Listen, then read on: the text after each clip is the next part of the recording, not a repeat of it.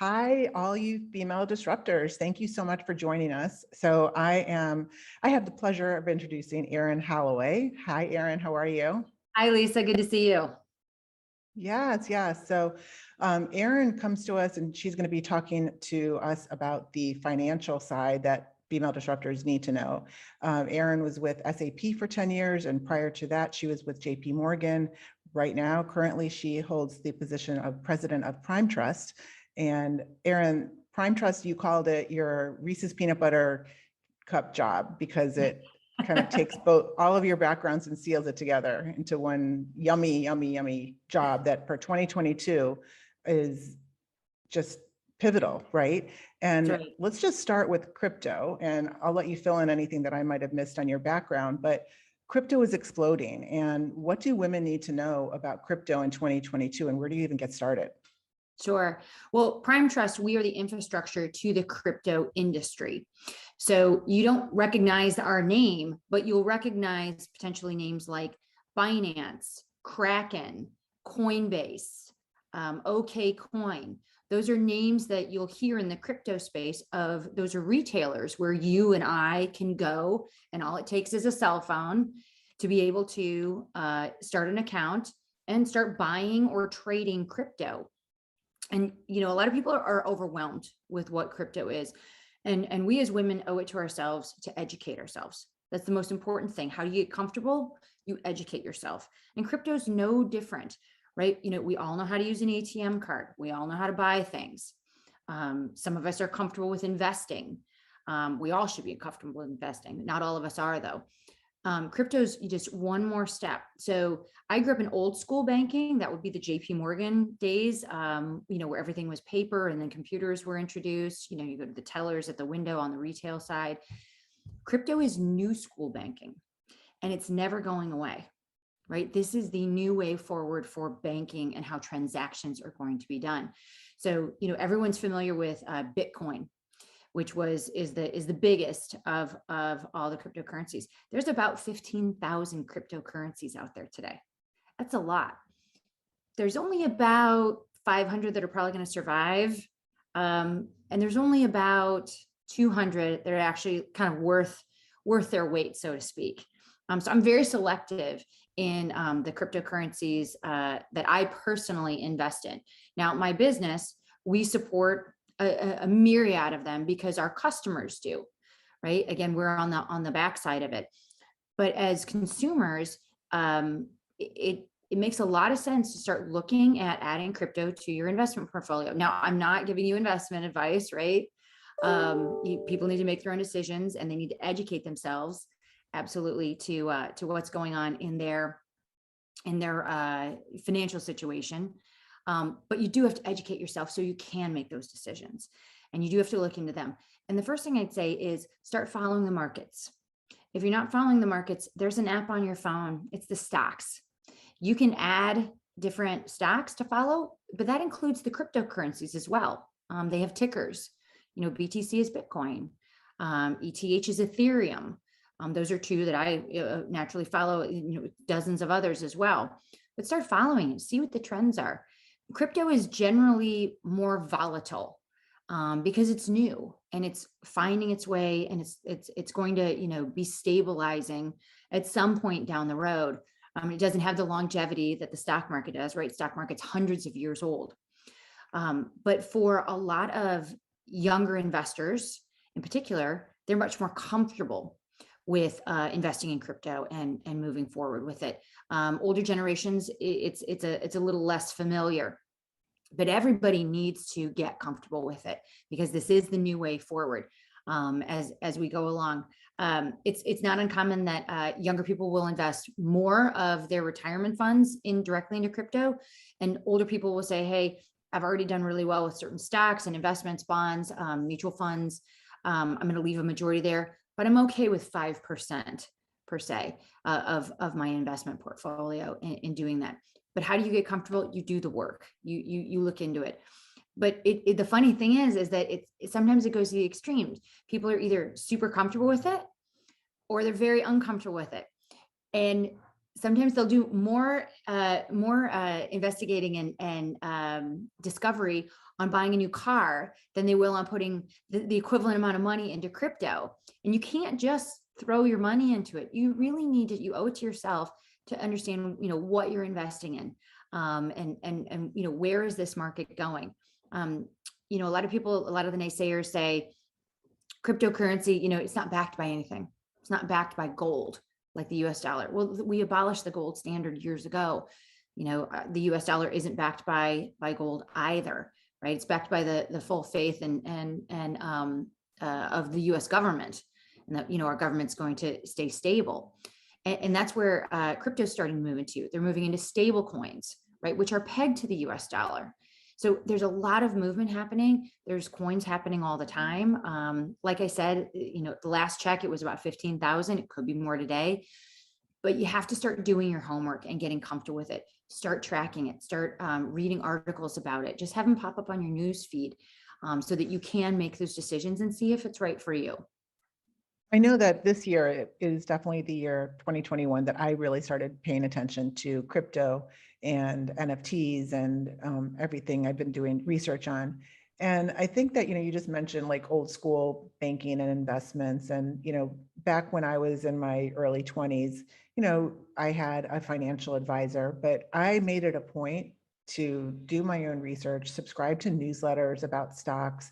I bought my stocks, some of them, individually, just to experiment. I mean, maybe I bought like, 10 shares of Disney or something like that, like, or something that was like cheap, just to kind of like go through that process. So, I wasn't really relying on somebody giving me financial advice where I felt like maybe they were just selling me whatever they were going to be making the highest commission on that month, or they had like some sort of an incentive versus they were looking out for my best interest. So I just think if you kind of just compare that analogy to today with crypto, you can just do the same thing. Like, why are you trusting, somebody to give you advice if you have a financial advisor? You don't want to, knowledge is power, learn the ins and outs of crypto, the language, how to set up a wallet, things like that. And I love that example that you just gave of, just try 5% of your portfolio and manage 5% yourself and, experiment with crypto. But I have one question for you. So last night, this is very funny. I was having some cocktails with one of my friends, and he said, "Oh, you're investing in crypto. You mean that's like the mafia money, right?" I'm like, I actually don't think so. I think that's a very uneducated thing to say. It's just coming from somebody that just hasn't really explored. But when you say crypto is here to stay, like why do you think that, if you are being challenged by somebody? Right. It's just that, fintech our whole world has changed, right? So again, like when I started in banking, we had one computer in the whole division. And basically all we did was we plugged in financials and we spit out formulas. That was it. Our whole world revolves around computation anymore. There's more power in my phone than there was in like all the computers in the bank back in that day. And we are in a digital economy. This is digital currency. This is where it's going. Ecuador is now a cryptocurrency backed country. In certain parts of the world embrace it, better than others. Certain parts of the world are looking closer at it from a regulatory standpoint. Regulation is coming. We're a huge fan of it, because we're the infrastructure. We're a huge fan of regulation. There's absolutely a place for regulation. It hasn't actually come down from on high in a structured format yet. Most likely to be some form of self-regulation with contributors coming from the various companies that have stakes in it. That's where we think it'll probably settle up on. But you need to have oversight, just like we have credit card laws to protect consumers. We the same thing. We have financial protection for how many dollars you have in the bank, right? We have FDIC insurance. We have to start putting those types of guardrails on, and they are coming. It's just that it's such a young industry. They just kind of haven't come yet. But they will be coming. It's a matter of time. And when you talk about the mafia, where do the bad guys go? The bad guys go where they see opportunity, right? So for the longest time, it was credit card fraud and ACH fraud. And, so you get smart and you figure out what they're doing, and we tighten up controls and we, close loopholes and things like that. Well, suddenly they all focused on crypto because it was DeFi, right? It was deregulated. There are certain industries that tend to gravitate towards it because they were industries that had to be heavily cash-based because they were considered risky. People didn't want to do business with them. Think of firearms, think of cannabis, industries where you would have to back up truckloads of money to do transactions because you couldn't do bank transactions because banks wouldn't bank you. You were considered unbankable because of the risk of your industry. They're embracing crypto because they can do it instantaneously. They don't have those risks anymore about moving money around, physically moving money around. They can do it digitally. So that's where it's going. It's all about ease of use, digitization. We are a global economy, absolutely global economy. And, we have so many of these different coins. I can see consolidation happening, just like banking consolidation happened, just like the euro happened. And that's a consolidation of currencies happening. There'll be a consolidation of coins happening in the future as well. So it absolutely will be here to stay. Yes, there have been nefarious people who are trying to use it for bad. They're using their powers for evil, not good. But we're getting smarter all the time, just like with the other, various financial mechanisms, credit cards, ACH, wire fraud, those types of things. We've gotten a lot smarter. We're getting smarter with crypto as well. So I think the message is to get comfortable with crypto, do your homework, get educated. And this comes to the next question with women and our relationship with money and how we really need to take control over our finances as much as possible. And this is a great example by educating yourself on crypto, but also like the example I gave, when I did my own research, I didn't rely on my financial advisor. I didn't rely on my husband, doing all of the investment decisions. And so what advice do you give women on their relationship with money and what can they do? Yeah, I think the first thing is we have to talk about it more, which is exactly what we're doing now. We have to be comfortable with talking about it. Generations before us, women didn't talk about money. That wasn't a woman thing, or in general, it was just kind of taboo. You don't talk about people's finances. Well, we have to get comfortable with talking about money in general, because that's how we learn and that's how we help each other. And we have an obligation to each other to help each other. And that comes, financially as well. We need to share information, insight, knowledge, so that we can make those decisions. And it's not a great idea to count on other people. I mean, a lot of people have partners, lifelong partners who handle the money for them. They didn't have to be involved.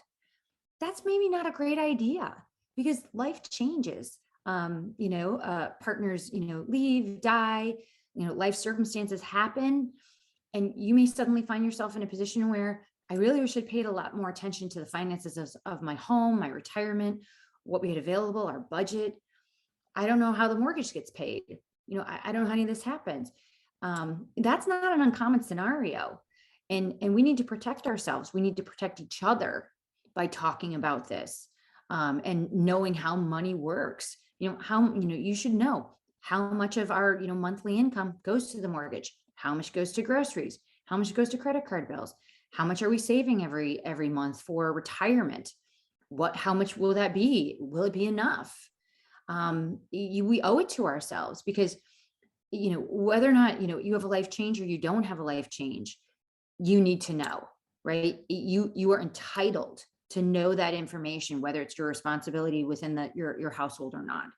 And if it is, you need to share that information with the other members of your household that are of age, and are stakeholders in your family finances, so that everyone is educated on it, because you just never know, right? There are no guarantees in life. So having that knowledge of how your family's money works and what's there is really, really important. So I think a lot of people, they shy away from talking about it because they either don't know and they're embarrassed, or they don't think it's appropriate to ask the questions so that they can get the knowledge. And we got to get over that. We just got to get over that, right? We owe it to ourselves to be empowered, be knowledgeable, and be part of those decisions so that you know what's happening, no matter what comes down the road. And it's really not necessarily about trust, even though sometimes it could be about trust, but it's about, the best ideas come from the most ideas. Knowledge is power. Having a partner that, you can actually collaborate on decisions, and, a different perspective can always bring a different light or a different idea.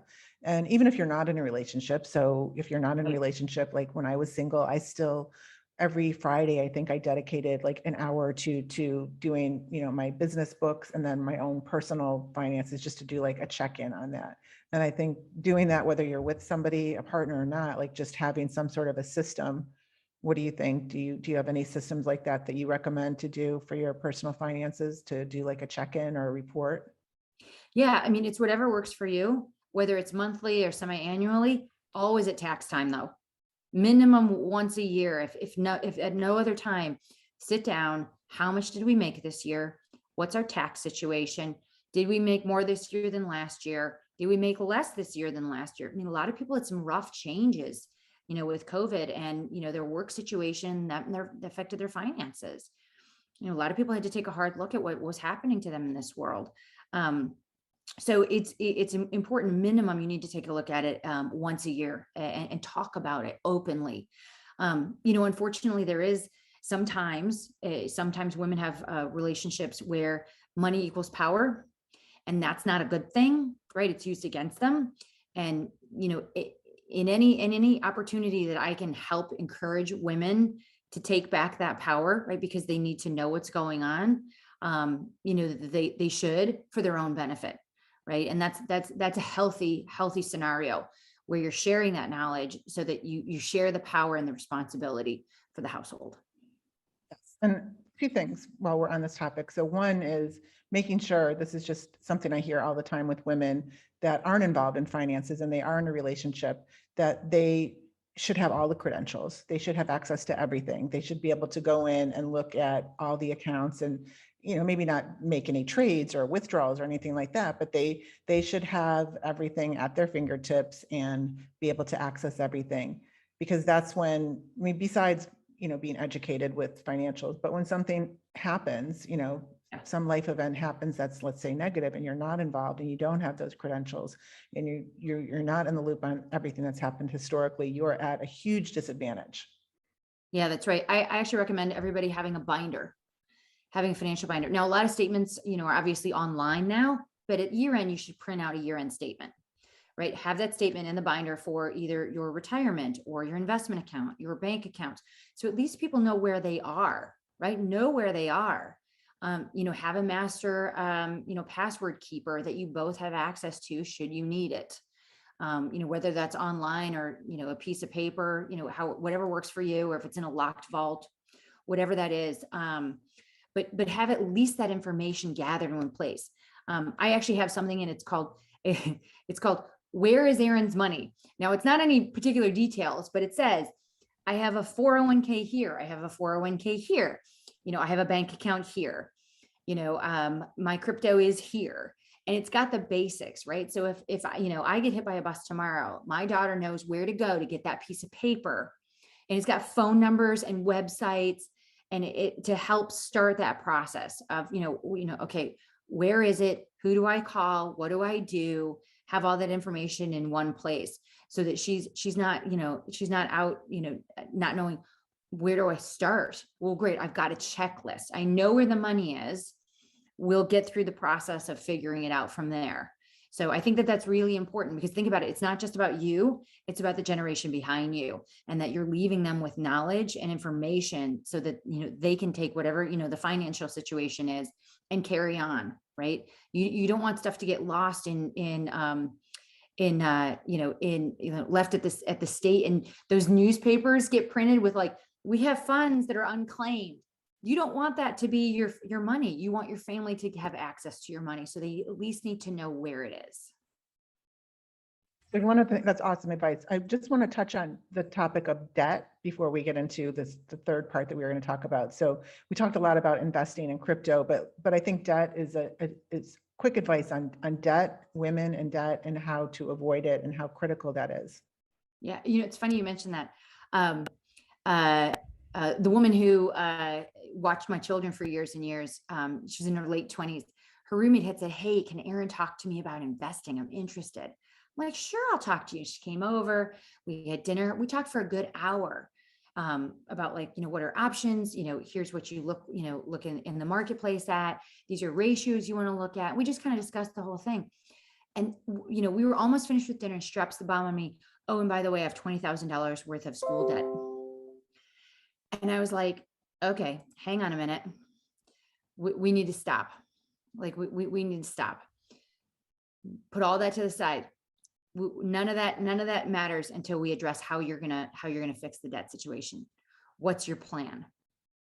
And you know, her plan was just to wish it away, that it would just disappear. She didn't have a plan. So I was like, all right, let's take a look at it. I'm like, how much money do you make on the weekends, waiting tables, at that extra job that you have? And I did the math and I'm like, you could have this paid off in 2 years.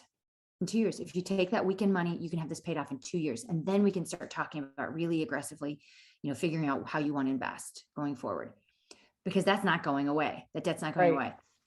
So that's one of the things is we can't stick our heads in the sand when it comes to debt. As much as you need to look into investing, you also need to face the harsh reality of the other side of the coin, right? It's two sides of the coin. You got to be responsible for your debt and figure it out. Now, her debt was for a great reason, right? Education. Awesome. You do have to pay that off. You do have to make a plan. And she's doing it. Like, I think she's got 6 months left. So you do have to address it. Everyone's situation is different.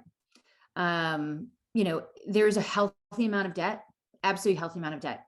Cars, homes to keep your family warm at night, those are normal amounts of debts that are manageable, that you have a monthly plan for. But you have to have a plan. Not having a plan is hope is not a strategy, as I like to say. Yeah. It's Not having a plan is your plan. Yeah. Yeah. So you have to be able to have a step down plan to address it on a monthly basis. Doesn't mean that you can't invest at the same time, but you have to have that the debt plan set first before you can set the investment plan. I love that. So the third area that we were going to talk about is knowing your worth. And I won't go into the stats of, we can rattle off a whole bunch of very disturbing stats about how women and equal pay, but give us some advice on knowing your worth, asking for a raise. I mean, I feel like if I had a CEO that was a male with my agency, this is really sad, but I believe it is true. And the CEO who was a male was going in and negotiating that he could probably get higher contracts signed just because he was a male. And Yeah. I'm not happy about that, but that is the sad truth. So what advice do you give women about asking for a raise, asking for what they deserve, asking even for more than they deserve, because that can happen too? Yeah. Yeah. And you're absolutely right, Lisa. The sad truth is that men are hired and promoted based on potential, and women are, hired and promoted based upon past results. You have to prove yourself first. And that is the sad truth. You're absolutely right. So the first thing I'd say is be your own biggest cheerleader, right? No one is going to do that for you. You have to be your own biggest cheerleader. You have to write down your accomplishments, take credit for them. I mean, I got to tell you, I've seen a lot of men take credit for things they had very little to do with, and they had no problems taking credit for it. But yet sometimes we're like, oh, it was a team effort. No, you did that. Own it. Own what you did. Own your accomplishments, because no one else is going to do that on your behalf. You have to be your own biggest cheerleader. Write it down. Year-end reviews come, quarterly reviews come. Here are all these things I accomplished, whether it's sales, whether it's, how many, people I trained, whether it's, it doesn't matter what industry you're in, you have accomplishments that you have done, accuracy, whatever it might be. Write down the stats and the KPIs that are important to your industry, whether or not that they've been set for you in your goal setting exercise. Some companies don't do goal setting exercises, still do the things that are important to you in your role. Talk about the things you've done above and beyond, right? Where have you stretched and gone beyond? I do these as part of my regular everyday job. These are things that I do above and beyond, which would really be considered a role for a manager of, let's say, account operations. That's really what I'm driving for. I think it's appropriate that I'm promoted to that because I'm doing those responsibilities today. And from the research that I've done, this is the salary that it warrants. Come in armed with all of your information. It's a lot easier for them to say yes when you have proven, on paper that it's indisputable, all the things you've done, and that this is what that value is in the marketplace. So it comes back to doing your research, right? We talk about that, and empowering yourself to get to that next level, and to know your worth and to tell people what you're worth. Because you can't Almost get it like and ask for it. Yeah. It's almost like the same example we gave with the financials, is that for your success, you should have like a journal of your success that you are documenting weekly or monthly at your position, even if you own your own business, if it's for your clients, so that, you're doing these reports that are proving your worth, or proving, maybe your worth is increasing and you need a raise, or you need to increase your fees. And here's why. Absolutely. And anytime you get either a message or, of praise from a customer, or, feedback and a review of your product, and don't be afraid to ask for people to put those on your LinkedIn profile, right? They can put them in your LinkedIn profile. You get to pre-read them, of course, before they get posted. But do not be afraid to ask for people to publicly praise you on LinkedIn. And because you've got that forever, you've got that. And build your portfolio out there in the public eye.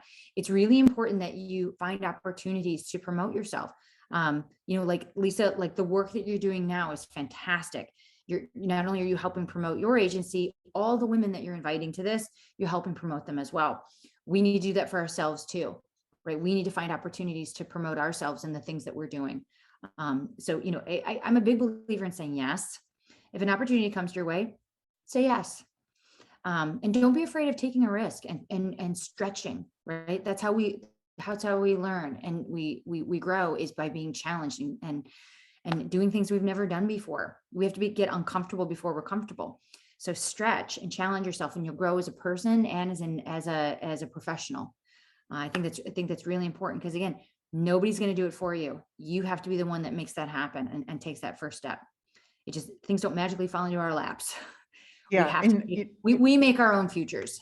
In public relations, it's called earned media. And that example that you gave of asking for the reviews on your LinkedIn. So that's not something you can pay somebody to do. That's something that you've earned. Somebody did it. It's considered social proof. That's your personal brand social proof that can never be taken away from you. And I like to say that like attracts like. So the more that you get of that, the more that you're going to receive back. That's right. Absolutely. Absolutely. And it's one of those things where it's better for everybody, right? Like it's better for everybody. It's good press for the person who wrote it. It's good press for you. It shows your expertise. It shows that they do business with somebody who knows their business as well. Definitely. Well, we are about out of time, and if we're pre-recording this, so if you're watching this pre-recorded live on the day of the virtual summit, if you want to email Erin any questions, or you can email them to Female Disruptors, and we'll make sure we pass them on. Erin, where can somebody get in touch with you or follow you and connect with you if they have any follow-up questions? Sure. Reach out to me via my LinkedIn profile. It's Erin Holloway, and I'm at Prime Trust. Okay, awesome. Well, thank you so much for being a speaker at the Female Disruptors Virtual Summit. And I want to say, everyone who is here watching, thank you for joining us, and namaste. Thanks, Lisa.